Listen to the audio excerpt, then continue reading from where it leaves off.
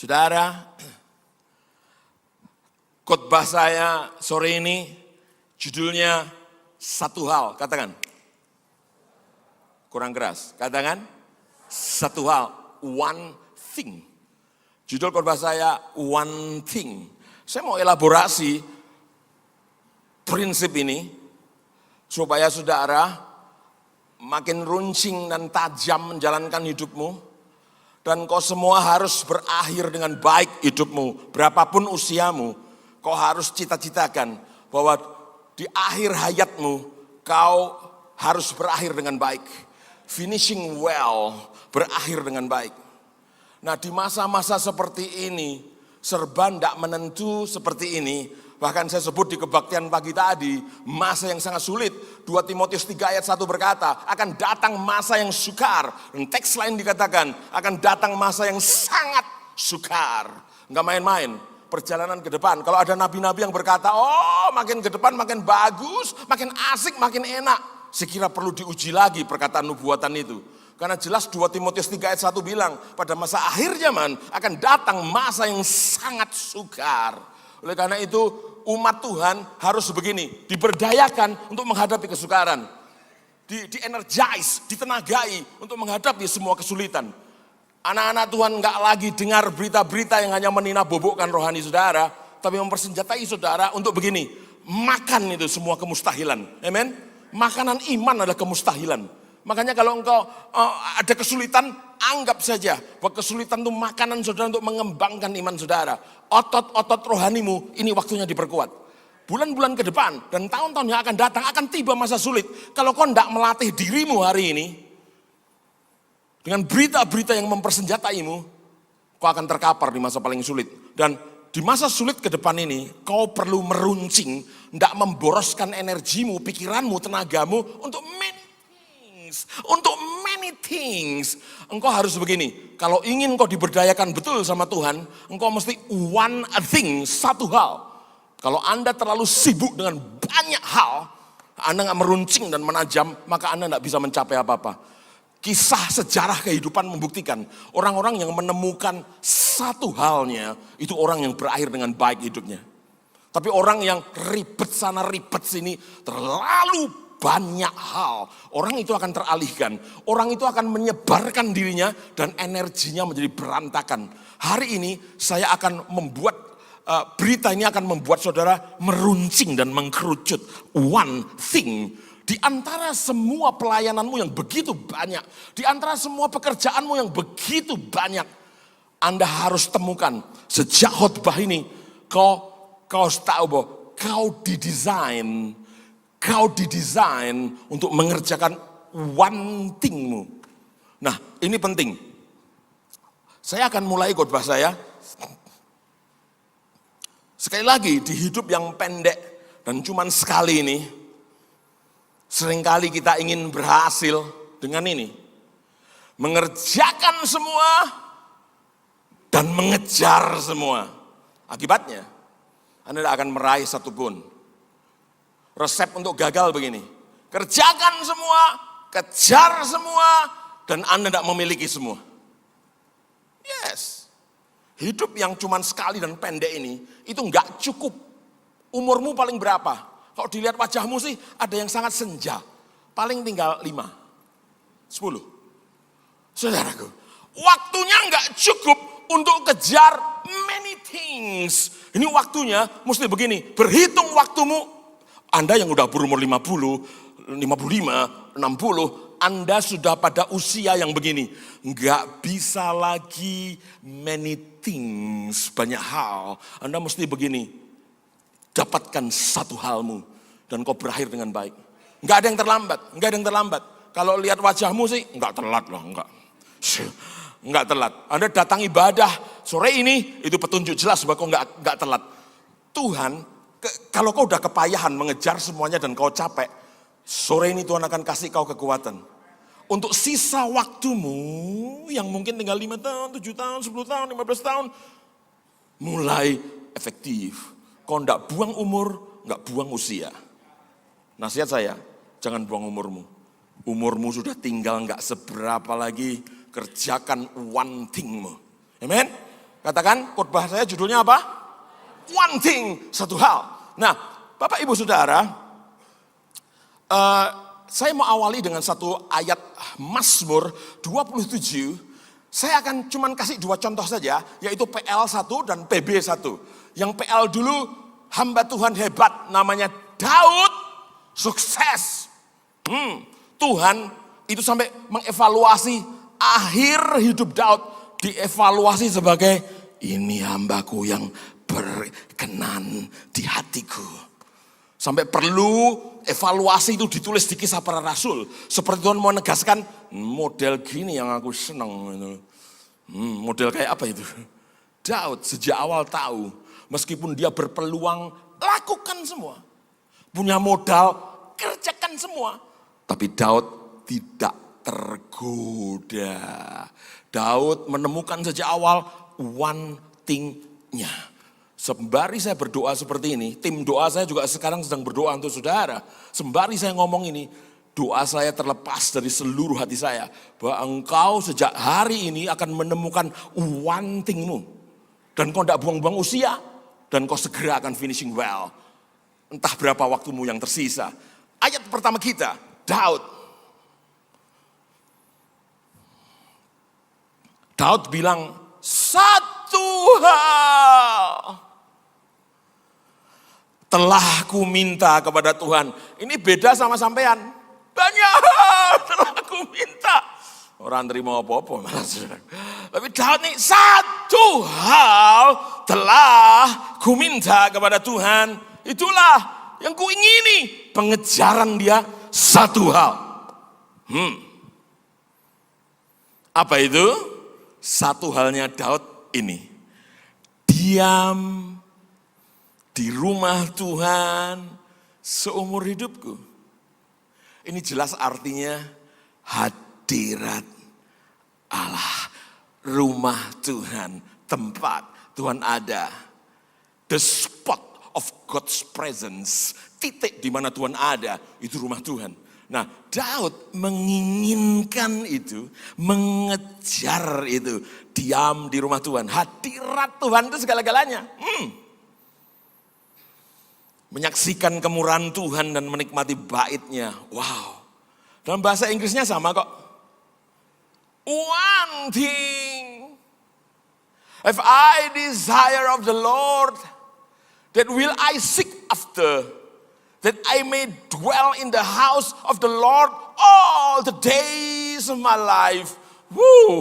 Jadi memang dia tuh one thing-nya itu hadirat Allah. Daud tuh berkata, lebih baik satu hari di rumah Allah daripada 1000 hari di tempat lain. Daud bahkan menganggap efektif satu hari di hadirat Tuhan, itu efektivitasnya sama dengan 1000 hari di tempat lain. Anda di rumah Tuhan satu hari, itu nilainya podo karo 1000 hari di tempat lain. Efek daya ungkitnya satu hari dibanding 1000 hari. Makanya Anda yang kurang menyukai hadirat Allah, pantas saja gak mengalami penggandaan hasil. Paling ngeri kalau keluar kamar pagi hari, Anda tidak habiskan dulu dalam hadirat Allah. Saya gak mungkin saya berkhotbah pagi-pagi banget, dan saya keluar kamar, terus tiba-tiba, nyeblak gitu. Nggak mungkin saya habiskan waktu saya untuk begini. Rumah Allah segala-galanya, the presence of God. Anda kalau nggak terbiasa melakukan one thing-nya Daud, hadirat Allah, Anda nggak akan tahu efeknya. Lebih baik satu hari di pelataranmu daripada 1000 hari di tempat lain. 1:1000. Itu efek hadirat Allah. Makanya aku tuh hormat banget sama hadirat Allah. Kenapa? Karena efeknya. Efek untuk bisnismu, kerjaanmu, pelayananmu. Efeknya multiplikasi 1:1000. Aku kalau masuk satu gedung gereja, terus nggak ada hadirat Allah gitu, terbaca sebagai begini. Nggak terasa, hadirat Allah selalu ada, tapi yang termanifestasi itu tipis, maka benar-benar sulit. Efek penggandaan, multiplikasi, kecepatan, dan kekuatan, ketebalan karya-karya itu nggak ada. Karena hadirat Allah itu punya efek ungkit dan penggandaan. Makanya sukailah hadirat Allah. Daud tahu betul bahwa kerajaannya itu dipenuhi hadirat Allah. Tanpa hadirat Allah dia pikir dia nggak bisa jadi raja yang baik. Daud itu one thing-nya adalah diam di rumah Tuhan. Apa dia tunjukkan dengan hidupnya? Saudaraku, Anda tahu sejak dia masih unyu-unyu, pipinya kemerah-merahan, Alkitab udah cerita dia main harpa. Dia tuh suka muji Tuhan. Kenapa coba? Kenapa dia suka muji Tuhan? Ya demi one thing-nya.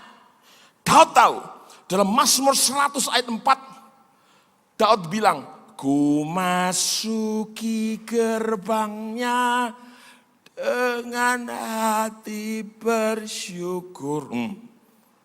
Itu baru gerbangnya. Masuk lagi. Halamannya dengan pujian. Tujuannya sampai ke ruang maha suci. Tapi lewat syukur, pujian, penyembahan, Daud tahu betul. Untuk menuju wantingnya hadirat Allah di ruang maha suci, dia membangun kehidupan penyembahan. Maka dia betul-betul sambil angon wedus, dia main harpa. Dia latih dirinya sejak masih muda, menyukai penyembahan. Karena penyembahan itu pintu masuk kepada the presence of God. Hebat. Itu orang kalau udah ketemu Tuhan, gak ada takutnya. Ini nanti ada masa ekonomi sulit ke depan. Saya mau usul sama saudara. Rajin-rajinlah tiap hari mengalami fakta hadirat Tuhan. Kalau engkau enggak punya keberanian iman menghadapi masa-masa sulit. Daud itu begitu jumpa Tuhan, terus ada singa iseng nerekam dombanya. Daud bilang di Alkitab, kalau ada singa terekam domba saya. Ini anak kecil, 17 tahun. Kalau ada singa terekam domba saya akan kejar itu singa. Saya tangkap itu singa, saya tarik janggutnya. Anda aja narik janggut kucing, itu mikir. Ini janggut singa buat dolanan tiap hari. Itu keberanian anak kecil kayak gini. Dari mana itu? Badannya juga gak sterek. Buktinya yang dikirim perang kakak-kakaknya, dia orang biasa aja, angon wedus. Tapi tahu gak, kakak-kakaknya kalau berani, kakak-kakaknya gak ada yang bertempur melawan Goliat. Daud tantang Goliat. Dia langsung datang sama Daud. Kau menghina barisan Allah. Tuhan memenuhi saya. Dia sampai bawa tongkat aja loh, nemui. Bayangkan, sampai si Goliat sampai, ya ampun, kamu nemui saya dengan hanya bawa tongkat. Goliat bilang, anjingkah aku? Mestinya Daud ya pengen ngomong, anjingkah? Waung sampean. Tapi luar biasa, nggak ada takutnya itu. Orang kalau bertumbukan sama hadirat Allah, nggak ada takutnya. Saya dulu waktu kecil dididik papa saya karate. Kadang-kadang saya hadapi musuh yang besar-besar di sekolah. Tapi luar biasa loh. Kalau papa ada di dekat saya, nggak ada takut tahu. Ayo, mari. Papaku di sini. Tapi kalau papaku nggak ada, Melayu aku. Tapi hadirnya papa, kekuatan, hadirat Allah itu melahirkan keberanian. Makanya orang yang keluar kamar dengan full of the presence of God, itu lain hadapi kehidupan. Yes, ke depan masa sulit akan tambah sulit kalau kau ndak wantingnya sama dengan Daud. Daud itu luar biasa sekali loh. Saul kerasukan, dia keluarkan wantingnya, main harpa dia. Dia tahu kalau dia main harpa, musik dan penyembahan membuat kehadiran Tuhan. Itu Saul yang lagi kerasukan, langsung nyaman, setannya pergi. Daud tahu wantingnya dipakai. Ini wantingnya keren banget, wantingnya Daud tuh keren. Bahkan Bapak Ibu Saudara, waktu Daud sampai jadi raja, dia nggak lupa wantingnya. Dia pelihara wantingnya. Karena dia tahu di hidupnya nggak bisa harus mengejar wantingnya, yaitu hadirat Allah. Apa yang dilakukan? Daud membangun pergerakan pujian penyembahan pertama dalam sejarah waktu itu. Bahwa Daud harus membangun gerakan pujian penyembahan. Demi terselenggaranya pujian penyembahan dan hadirat Allah ada di tengah Israel, maka Daud membangun kemah Daud. Beda banget. Ini pertama kali dalam sejarah kemahnya Tuhan yang dibikin Daud itu enggak ada halaman, ruang suci, enggak ada. Itu kemah Musa. Ini beda. Ini begitu masuk, jebret, langsung tabur perjanjian. Dan dengar, di zaman Daud untuk pertama kali orang bisa mempersembahkan sesuatu kepada Allah, menyembah Tuhan tanpa korban darah. Baru pertama. Enggak ada korban darah di kemah tabernakel Musa. Anda mesti bawa wedus, Anda mesti bawa domba ngek, bawa lembu ngek. Di zaman Daud enggak ada. For free, gratis hadap Tuhan. Wow, itu merevolusi penyembahan. Daud itu memobilisasi penyembahan karena dia tahu penyembahan one thing-nya itu tempatnya hadirat Allah.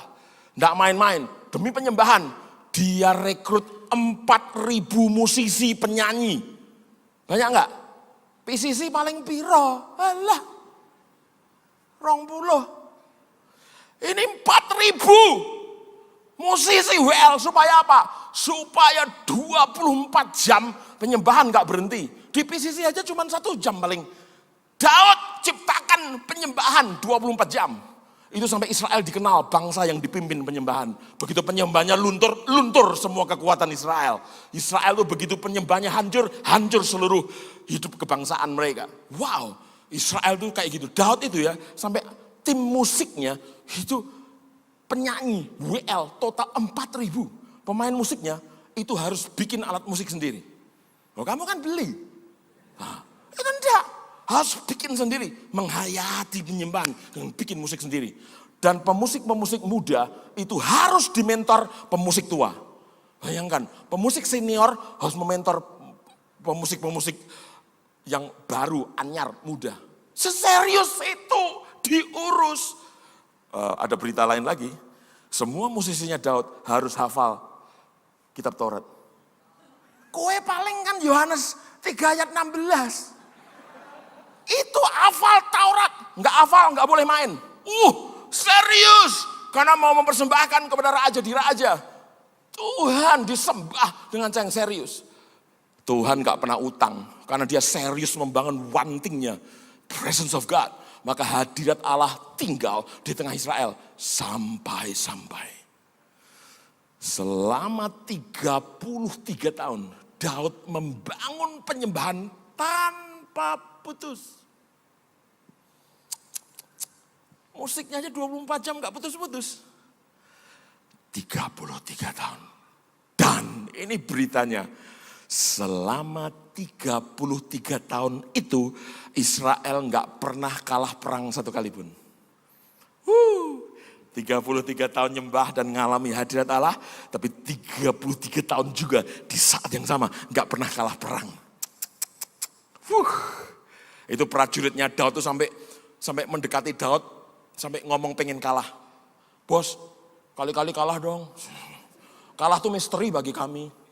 Apa sih rasanya kalah, bos? Menang terus. 33 tahun menang terus. Presence of God. Daud telah memilih one thing yang tepat. Dan itu one thing di atas segala one thing, the presence of God. Daud telah memilih itu. Wow, luar biasa. Belum selesai. Demi one thing-nya ngalir ke generasi berikut. Dia bilang ke Salomo, papamu ini, nak, tolong menolongmu membasmi semua musuh-musuh. Supaya nanti kamu Salomo anakku, kamu bisa membangun bait Allah permanen, Tuhan disembah di sana. Papamu rela menumpahkan darah supaya kamu kelak kalau membangun bait suci yang harganya kalau $1 14.000, harga bait sucinya 1.600 triliun. Oh, saya ini piro ini? Naik dolar 15 berapa Pak ya? 1500? Iya kira-kira 15.160 kalau nggak salah. Bayangkan, itu $1 14.000 aja, itu 1.600 T. Gak ada kuningan, emas. Bayangkan, yang ngomong, bangun tempat kediaman Allah, tempat kau menyembah hadirat Allah, dibawa ke Israel. Dan benar, Di hari pengguntingan pita, persemian bait Allah di kitab Tawarikh, Tuhan dalam bentuk Shekinah glory hadir. Walaupun kisah kisah Salomo berikutnya memilukan, tapi Daud telah berhasil meneruskan itu. Wantingnya ke anaknya. Penting itu. Akhirnya Salomo berhasil membangun apa yang papinya bangun juga. Wow.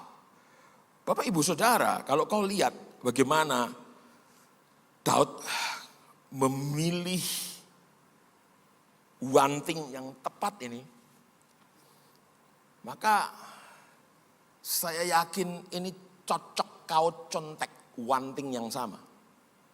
Karena kemudian di dalam perjanjian baru ada seseorang yang udah menemukan prinsip ini juga. Wah, ini ayatnya udah terkenal banget. Kau sudah hafal di luar kepala, di luar banget dari kepalamu, sampai nggak pernah ada di kepala lagi.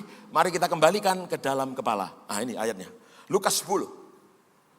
Wah, ini Maria dan Marta. Anda tahu semua peristiwa ini. Lihat, perempuan itu mempunyai seorang saudara yang bernama Maria. Lihat wantingnya Maria, lihat. Satu halnya Maria apa? Maria ini duduk dekat kaki Tuhan. Dan terus mendengarkan perkataannya. Ini wanting yang Tuhan puji. Duduk dekat kaki Tuhan dan terus mendengarkan perkataan Yesus. Maria telah memilih wanting yang pas. Itu wanting yang sama yang dipilih Daud. Mari lihat ayat 40. Sedang Marta sibuk sekali melayani. Yang mendekati Yesus dan berkata, Tuhan, tidakkah engkau peduli bahwa saudaraku membiarkan aku melayani seorang diri? Suruh dia membantu aku. Kelihatannya sibuk tuh bagus. Lupa wanting. Ayat 41. Tetapi Tuhan menjawab. Yang sok many things malah ditegur. Marta, Marta, engkau khawatir dan menyusahkan diri dengan banyak perkara. Many things. Susah di many things. Lihat, Maria dipuji malah. Kalau Marta many things ditegur, Maria one thing dipuji. Lihat ini, ayat 42. Tetapi hanya satu saja yang perlu. Dalam bahasa Inggrisnya sama kok. But one thing is needful. Satu ini aja. Kau repot-repot kagak jadi semua. Karena kau tidak mengawali dengan one thing, kau bergerak langsung many things. Nggak jadi. Anda yang, sorry to say, Anda yang bahagianya kalau sibuk, Anda perlu bertanya, produktifkah? Soalnya bukan sibuk. Pertanyaannya bukan cukup sibukkah kita. Pertanyaannya, sibuk untuk apa? Itu masalah. Nah disinilah yang saya harus katakan kepada saudara, bahwa Maria itu telah dipuji Yesus karena itu. Tetapi hanya satu saja yang perlu, Maria telah memilih apa? Bagian yang terbaik, dipuji, dan tidak akan diambil daripadanya. Anda ya, kalau duduk dekat kaki Tuhan Kak Maria dan terus mendengarkan perkataannya, yang dalam genggamanmu tidak akan diambil daripadamu. Ambil contoh, kalau main musik kayak gini, lahirkan permainan musikmu dari tadi siang atau sore tadi, kau duduk dekat kaki Tuhan. Maka efek musik ini tidak akan diambil daripadamu. Efeknya kekal. Kalau khotbah, enggak sembayang, enggak duduk dekat kaki Tuhan, maka diambil daripadamu. Semua karyamu yang enggak awet, itu karena enggak duduk dekat kaki Tuhan dan terus mendengarkan perkataannya. Makanya karyamu cepat hilang, angus, enggak direken, enggak ada apa-apanya. Semua yang dikerjakan dalam wanting yang pas, tahu enggak? Durasi efek dari karya itu panjang. Bapak Ibu yang pengusaha, sebelum pergi kantor, Pagi hari awali, duduk dekat kaki Tuhan dan terus mendengarkan perkataannya. Nanti apapun yang kamu kerjakan di kantor, tidak akan diambil daripadamu.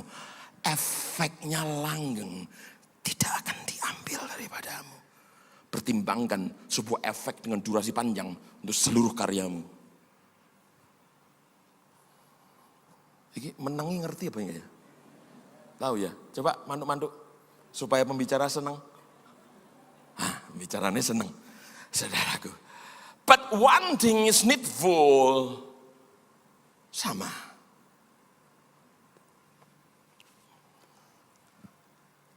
Ketemu wantingmu, genggam, bangun wantingmu, tajamkan wantingmu, perdalam wantingmu, perkaya wantingmu. Itu hidup. Ojo tergoda meniting ora dadi kabeh. Minta tolong Roh Kudus kasih tahu wantingmu saat sekarang ini. Tentu wanting di atas segala wanting adalah hadirat Allah. Yo, tapi dari wanting yang satu itu muncul beberapa things yang lain yang kau mesti raih itu dalam hadirat Allah. Ya, Anda yang milenial ada di ruangan ini tahu nggak ya surat menyurat pakai perangko? Tahu ya, apa milenial udah nggak ngalami ya? Zaman dulu, Cornelius Wing kalau kirim surat ke luar kota, itu pakai surat, dimasukkan amplop, dikasih perangko. Siapa yang pernah kayak gitu? Nah yang pernah nih kelihatan tuwek-tuwek. Tuwek-tuwek kabeh. Kalau yang muda-muda kan nggak tahu. Kalau yang tuwek-tuwek tahu itu, surat tempel perangko baru nyampe. Jadi kalau perangkonya ojol, nggak sampai suratnya. Nasihat saya ini nih, filosofi perangko, tetap menempel pada satu hal sampai kau tiba di sana. Ngono, filosofi perangko. Perangkonya leme yang kuat, tetap nempel di satu hal sampai kau tiba di sana. Finishing well karena nempel kepada satu halmu. Ngono. Ini ngerti apa enggak ya diajari ya? Tahu. Haleluya. Senang khotbah di Petra, mudengan. Haleluya. Anda perlu mempertimbangkan bagaimana melakukan sedikit tapi mengubah begitu banyak. Kita suka melakukan begitu banyak tapi mengubah begitu sedikit. Hari ini di dalam hadirat Allah, petunjuk firman Allah dan petunjuk roh Allah, Anda harus menemukan apa yang sedikit dikerjakan tapi banyak manfaat dan impact-nya.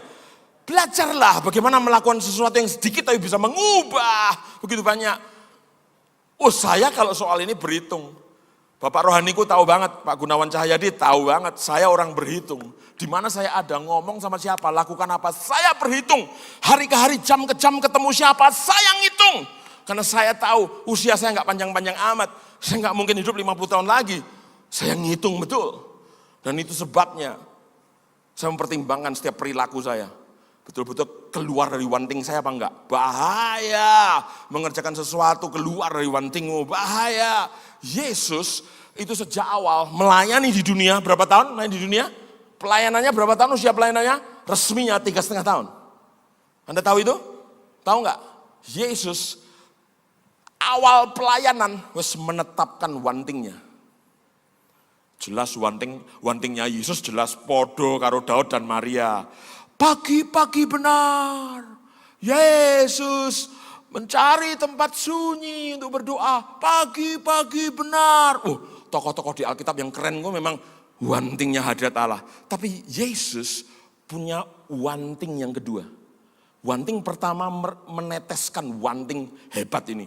Wanting Yesus dalam pelayanan ini. Pemuridan. Ngerti apa enggak ya pemuridan ya? Kok ngowah-ngowah, ngerti ya? Pemuridan, muridin orang. Sebelum dia lakukan satu hal karya-karya dan perjalanan misinya, Yesus hal pertama tetapkan wanting. Ini dia.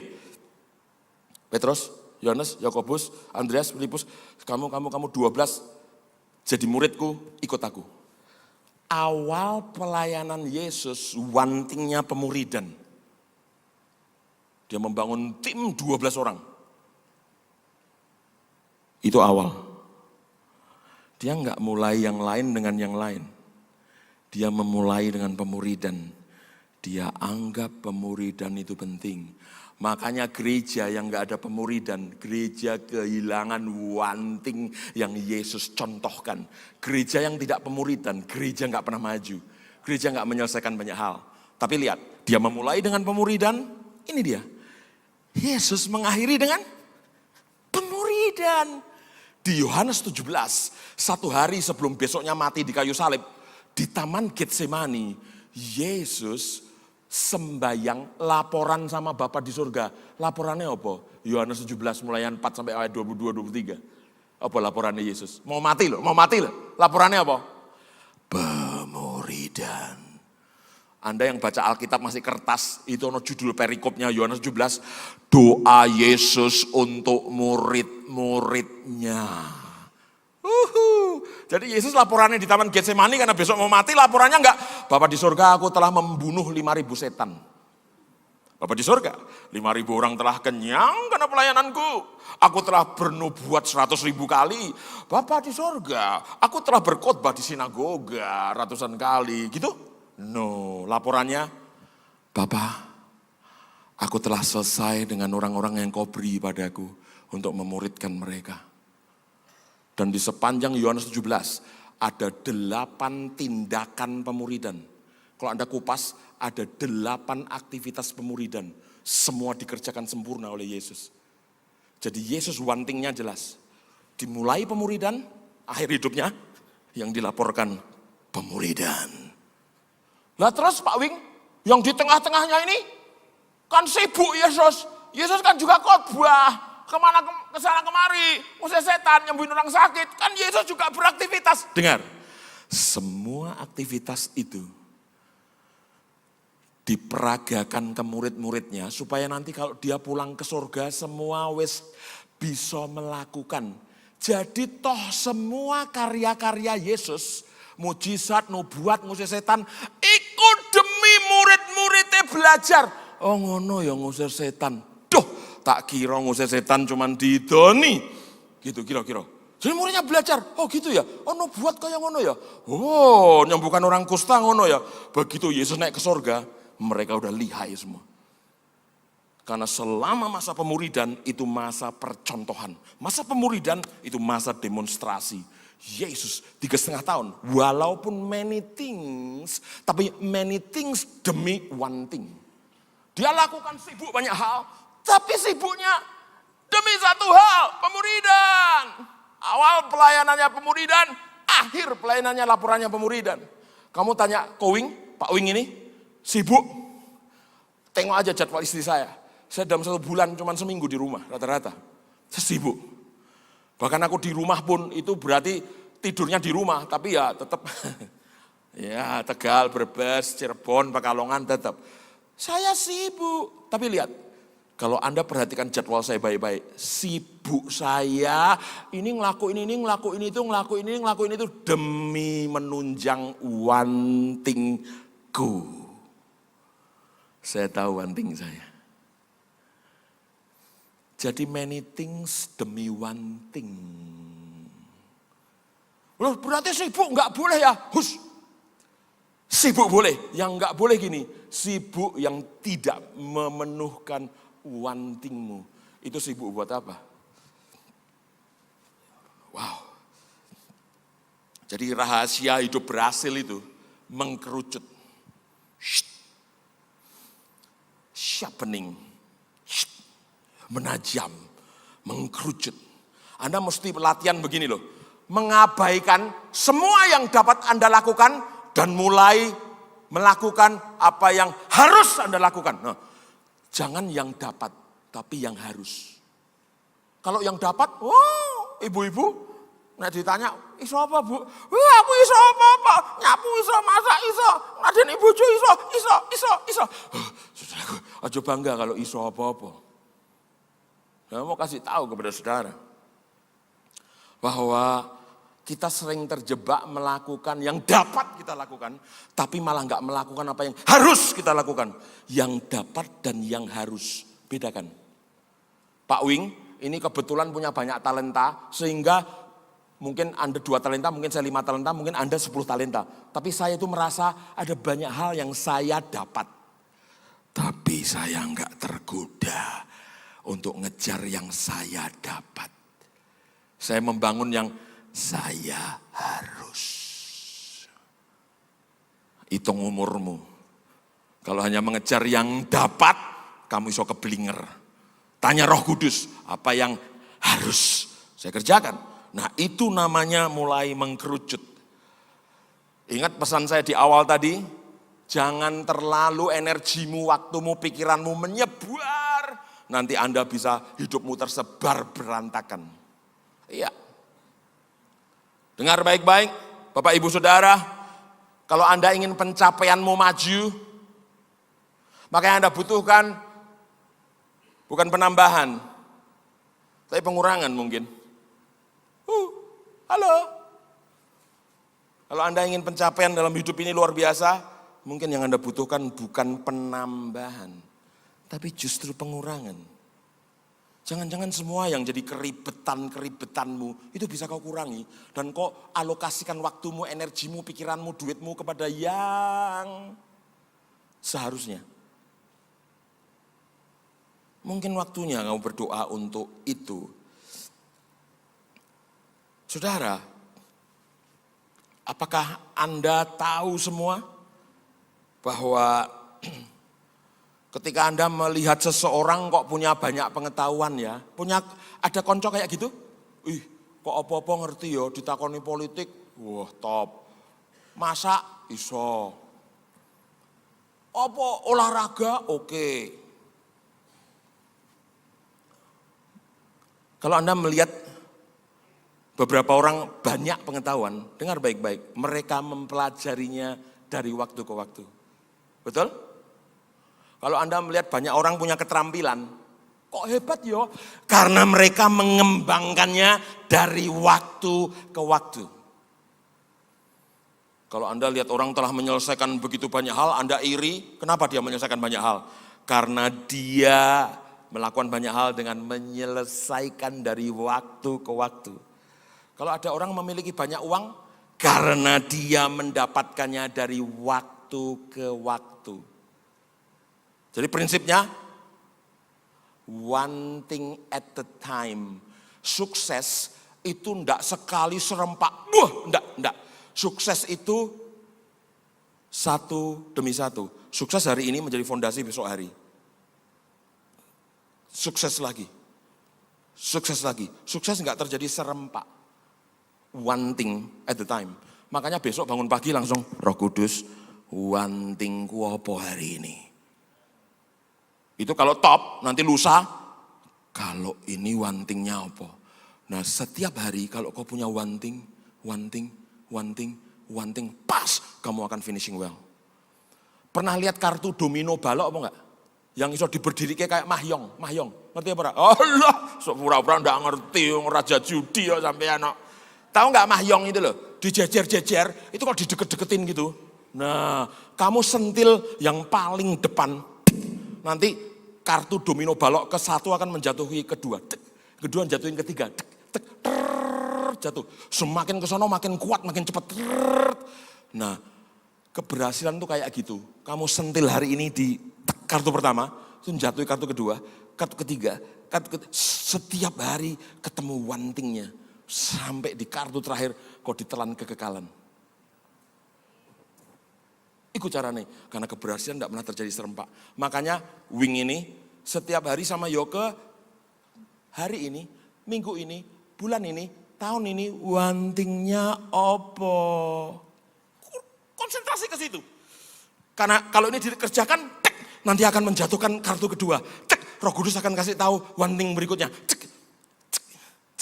Seluruhnya, one thing-nya tetap satu tapi mengakar kepada the presence of God. Hadirat Allah sebagai keutamaan one thing. Wow. Sampai di sini tetap mudeng, anggukkan kepalamu. Seneng pembicara nih. Bisnis mau sukses, one thing. Hey, Anda pikir Kentucky Fried Chicken itu one thing-nya apa? Ayo ngomong. Mumpung tak kasih kesempatan ngomong, apa? Kentucky Fried Chicken KFC, wantingnya apa? Es krim? Hush. Wantingnya? Wantingnya ayam goreng crispy. Yang lain-lain gak ada ora apa-apa. Tapi itu wantingnya. Baru dia ngembangkan ke produk lain ora apa-apa. Tapi wantingnya dicekal saya ayam goreng crispy. Nah ayamnya habis tutup wae warungnya. Karena wantingnya dia tahu tepat. Kolonel Sanders dulu pertama kali, Kolonel Sanders penemunya KFC, enggak menemukan es krim dulu. Ayam goreng dhisik gitu. Google apa wantingnya? Wantingnya apa Google? Ads, iklan. Google itu sugih karena iklan, enggak terduga kan? Anda pernah tahu film Star Wars? Pernah? Loh Anda itu hidup di zaman apa tuh? Apa-apa kok ora pernah ya? Star Wars, tahu dong.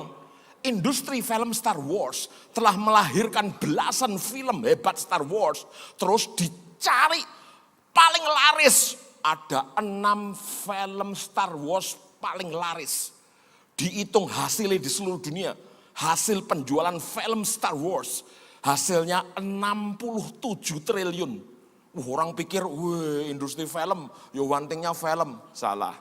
Ternyata industri film Star Wars, wantingnya bukan filmnya. Wantingnya merchandise. Dodolan boneka Star Wars, kaos-kaos Star Wars. Begitu dihitung, hasil merchandise. Di 6 film itu, 150 triliun.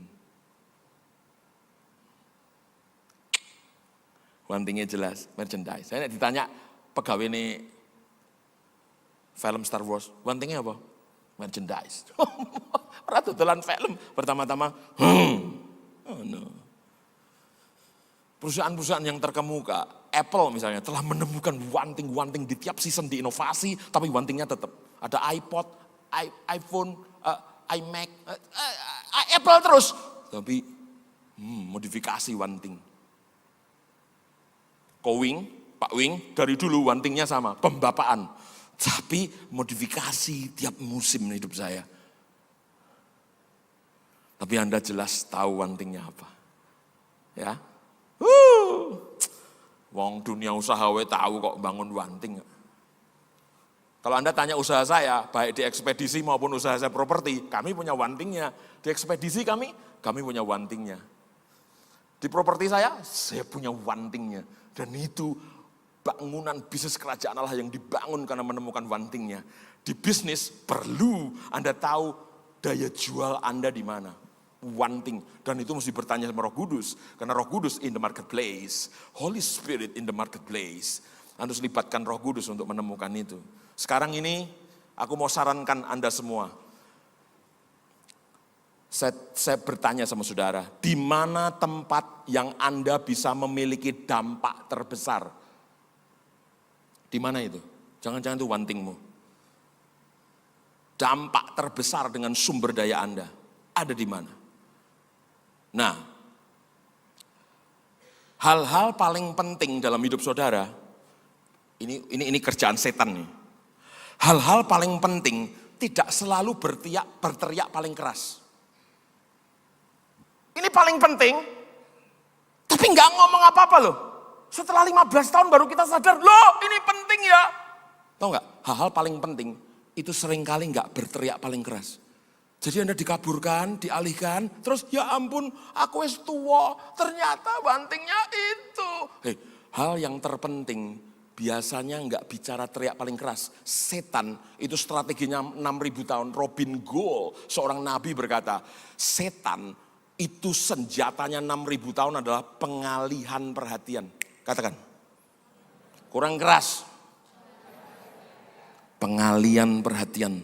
Itu strategi setan teruji 6.000 tahun. Ini yang ngomong nabi tapi telah melakukan penelitian sejarah gereja. Gereja itu dialihkan perhatiannya untuk things. Tapi lupa one thing. Makanya kalau Anda menemukan wantingmu itu kompas ajaib. Kalau aku lihat wajah-wajahmu sore ini ada wajah model bingung, nggak ngerti apa yang dilakukan, ada sih. Tapi tahu nggak sih, Anda kalau nggak ngerti mau kemana, itu kompasmu, itu penemuan wanting, itu kompas. Tuhan menempatkan wantingmu, itu biasa bakatmu, nah itu ketok itu. Bakatmu, talentamu, kebisaanmu, itu petunjuk wanting ke arah sana. Sebenarnya Tuhan sudah tempatkan itu dalam diri Anda tinggal mengenali. Sekarang lihat ayat ini coba. Matius 6 ayat 24. Tak seorang pun dapat mengabdi kepada dua tuan. Karena jika demikian ia akan membenci yang seorang dan mengasihi yang lain. Atau ia akan setia kepada yang seorang dan tidak mengindahkan yang lain.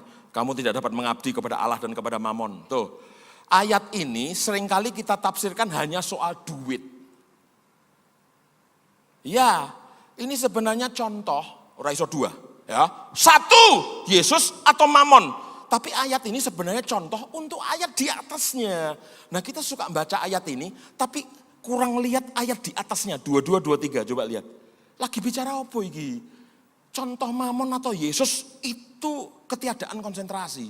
Lihat, mata adalah pelita tubuh. Nek Alkitab bilang mata, itu namanya penglihatan. Visi, katakan visi. Mata, gambaran visi, penglihatan. Mata adalah pelita tubuh. Jika matamu baik, teranglah seluruh tubuhmu. Jika matamu jahat, gelaplah seluruh tubuhmu. Jadi jika terang yang ada padamu gelap, betapa gelapnya kegelapan itu. Jadi baru ngomong Mamon dan Yesus. Visi, nah ini beda. Visinya matanya ke arah Yesus, apa matanya ke arah Mamon. Itu beda hasilnya. Tapi nggak bisa dua-dua, nggak bisa dua-dua. Itu namanya hidup mesti mengkerucut. Yesus apa Mamon? Ngeri banget sih, begitu pilihannya kepada Mamon, ngeri banget. Saya mau kita sebelum ke situ, aku pengen Anda tahu bahwa mata, penglihatan itu mesti fokus, Yesus atau Mamon. Itu namanya singleness of your purpose. Ketunggalan tujuan. Anda tahu sinar laser? Sinar laser itu sinarnya itu, kenapa jadi sinar laser? Itu jutaan sinar yang terkonsentrir. Jadi laser, hebat, bisa melubangi. Laser itu kekuatan hebat. Tapi sebenarnya kenyataan dari laser itu, seluruh cahaya yang tersebar dikonsentrasikan jadi laser. Jadi terpakai hebat laser itu. Coba Anda lihat Ibrani 12 ayat 1-3. Saya mulai tiba pada penghujung dari khotbah ini. Ibrani 12 ayat 1-3. Lihat. Karena kita mempunyai banyak saksi, bagaikan awan yang mengelilingi kita, marilah kita menanggalkan semua beban, many things. Anda tuh punya beban ini, punya beban itu, beban ini. Tanggalkan semua beban, many things, dan dosa yang begitu merintangi kita. Merintangi loh, bisa finishing well. Dan berlomba dengan tekun dalam perlombaan yang diwajibkan bagi kita. Lihat, dalam perlombaan itu, tanggalkan semua beban. Ayat 2. Marilah kita melakukannya dengan mata yang tertuju. Tadi di Matius, mata itu penglihatan. Jangan milih Mamon, mata tertuju pada Yesus. Begitu perlombaan mata diarahkan, wantingnya Yesus, keren banget hasilnya. Tapi begitu, enggak bisa Mamon dan Yesus, pilih satu. Begitu pilihnya Mamon, ini nasibmu. Ayat berikutnya. Enggak ada ya. Ayat berikutnya tuh harusnya, bukan itu. Tapi ayat berikutnya tuh harusnya ini, saudara-saudara. Tetapi mereka yang ingin kaya, milih Mamon apa Yesus ya? Mamon apa Yesus ya? Katanya suruh konsentrasi, suruh fokus. Milihnya Mamon. Wah, perjalanan dimulai. Tetapi mereka yang ingin kaya terjatuh ke dalam Pencobaan, selesai dicobai toh? Enggak. Perjalanan berikutnya ke dalam jerat. Selesai terjerat pinjol? Enggak selesai terjerat pinjol, enggak selesai. Emang pinjol selesai? Enggak, kena jerat Anda. Dan ke dalam berbagai nafsu yang hampa. Wow, perjalanan belum selesai. Yang mencelakakan, celaka tok selesai? Enggak, mamon itu jahat banget. Sebelum selesai celaka. Yang menenggelamkan manusia, tenggelam selesai? Belum. Runtuh selesai? No, ujungnya kebinasaan. My God. Milih Yesus, ujungnya itu. Milih mamon, ujungnya itu. Yang perlu diperbaiki dari saudara, ketajaman matamu memilih wantingmu. Sekali pilih, ujungnya sing kono tenggelam binasa, yang sana kemuliaan selamanya. Penentuan wanting hari ini merubah kehidupanmu yang akan datang. Hati-hati. Hari ini Anda sudah dikasih tahu tentang hal tersebut. Saya harap Anda baik-baik memahaminya. Ayat terakhir kita adalah Efesus 2 ayat 10.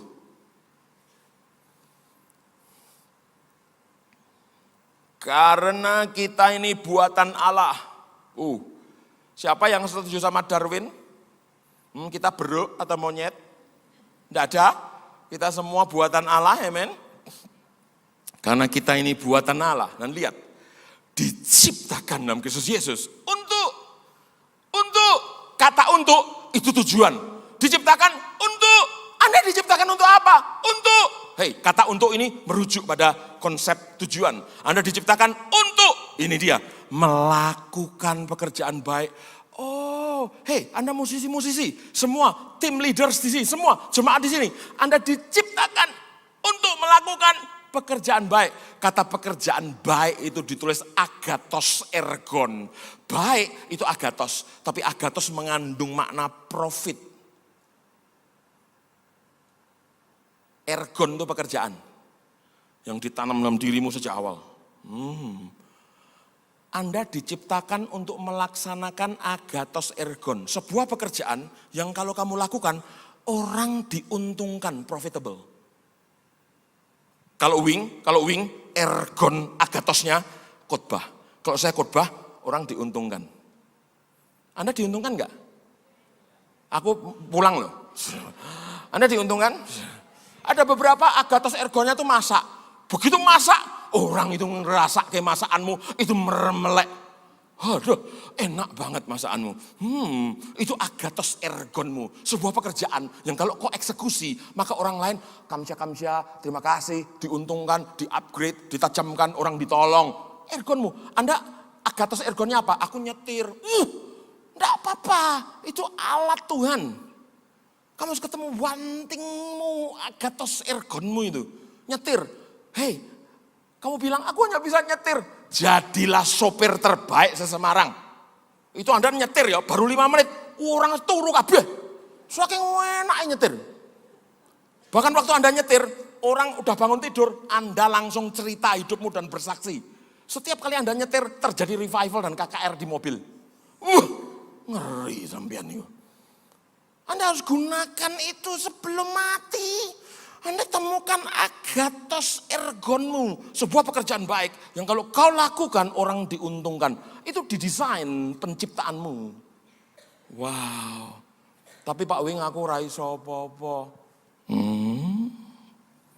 Bukan ora iso apa-apa, belum nemu sembahyang. Wantingmu harus dibawa ke sana. Oke? Karena kita ini buatan Allah diciptakan dalam Kristus Yesus untuk melakukan pekerjaan. Tujuan penciptaanmu itu ternyata agathos ergon. Katakan tujuan penciptaan. Katakan tujuan penciptaan.